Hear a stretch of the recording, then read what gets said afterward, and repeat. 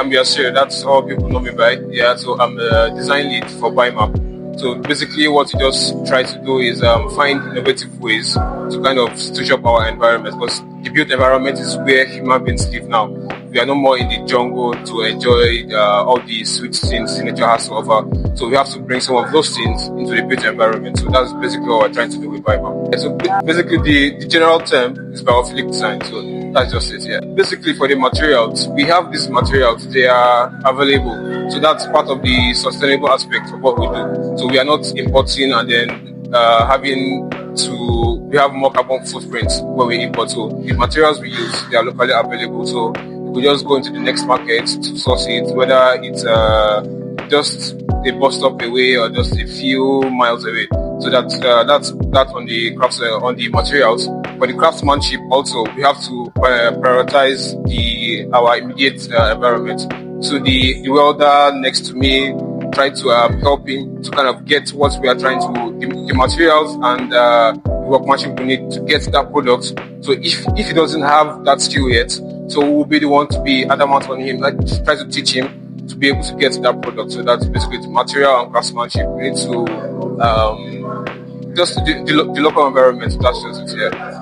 Majorly in the market, I think what I've learned along this journey is that the society kind of looks down on the population of those doing craftsmanship. So that's that. And then because they are looked down upon, they don't really want to put themselves out there. So they just want to stick with what they know. So they don't have that extra drive to go to the next level. So once you want to bring them into your circle, they are kind of reluctant into like getting out of their own their comfort zone. So you have to like put in the extra effort to kind of motivate them. Okay, this is the way you are now. Yeah, it's good, but it can be better. So that's what we always do. Because where we are trying to go, it's like worldwide. So we can't like kind of stick to what they know to kind of get to where we are. So we need to take them and then take them to the next level. Basically, the root of it all is architecture. So basically, it starts with the building itself. You can't get an interior space without having the carcass itself. Yeah, so it starts with architecture, we go to interior design. But before we go into architecture itself, the theories of the likes of biophilic design, they need to be brought in at the inception. So if you are trying to bring in these theories after you are done with most of the construction, it's one of two ways. It's either the cost of a building shoots up beyond what it's supposed to be, or you're kind of limited to what you're trying to achieve. So biophilic design, for instance, has to be brought in from the inception, the conceptualization of the project itself. That if it's an architecture project, if it's an interior design project, okay, you have the building already, but then you want to kind of push space a bit. So once you're at the inception of the design also, you need to bring in those theories. Biophilic design itself has a lot of sub-theories to it. So just look to which of those theories fits into the project itself, the brief of the project. That's basically it. Basically, a project that comes to mind on that would be a restaurant project at Oshogo. So basically, it was a decommissioned factory. So it was like there was nothing happening with the building. So the client wanted to turn it into a restaurant because the community was already buzzing and we have people all around. So on our way to the site, what we noticed was that there are a lot of factories around, and there was piles of wood that nobody was using anymore. We have pallets and other wood. So what's one of the major consideration for the project was, why can't we find a way to use this wood in our project? Because the feel of wood itself connects you to the natural environment. I mean, it's from the natural environment trees.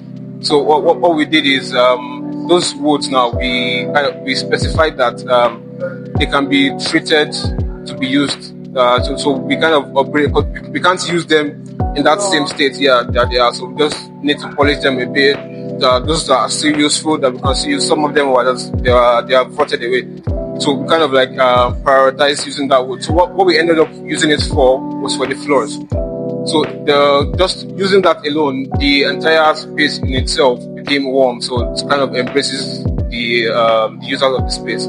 Still on biophilic design, because that's what we were trying to do in the built environment. So where this light came from, there are two different, not different, but two major theories: Africa and biophilic design.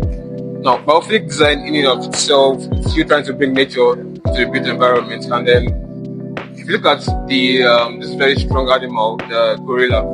If you look at a gorilla and look at its head, it has two parts in its head. It has the tough skin and it has the furry shape. So when you look at its face, you have a sharp contrast between skin and the furry part. So that shape in and of itself was what inspired the shape. And so that's basically on the side of biophilic design, and then on the parts of Africa. So if you can notice this fabric, it's an African, you can take Ghanaian fabric here. So why we went for this? It's not just African. It also kind of adds vibrance into your space. So, because what we have in most cases, what we have is a neutral color palette. That's what interior designers want to go for nowadays. So once you have these spaces in your space, kind of it's more vibrant than the generic lighting fixture we have. And then apart from that, we still have other iterations of this. So one of the other iterations, it's using rattan jute. So the iterations are endless. So it's just one of the elements in the production line. Well, during architecture school, I was one of those guys that I didn't really gel with my lecturers, because what they wanted us to do was not what I was doing. There was this creative instinct inside me that I didn't want to go through the route of being so generic. So in most cases, our jurors was just a fight when we have all these presentations. So I think that was where the push started coming from. Like there's more to offer than what is expected of us. So once I got into the field of architecture, I got a job. First one I got was just basic real estate. You just wanted to put something out there, something so generic. So under 3 months, I decided I was not that space was not for me. So I had to change into another firm that they are more designed. They have more flair for that design. So there's more creativity to the architecture. So that environment for me was very nurturing. So and then taking that a step further, it's now going into product design in and of itself. Because product design, you have more flair in that your clients don't necessarily, they are not the one pushing you to create what you are bringing to the table. So you are the one creating and then bringing it out there for people to now patronize you. Yeah, I only have one advice that's very paramount. If you need to take your time, because if you are not comfortable with what you are trying to preach, once you get out there and you get knocked down, it's going to be very easy to destabilize you. So once you are confident and you know this is me, this is what I want to offer people, then once you get to that stage, once you get into the market, you are almost uncheckable. Yeah, that's just it.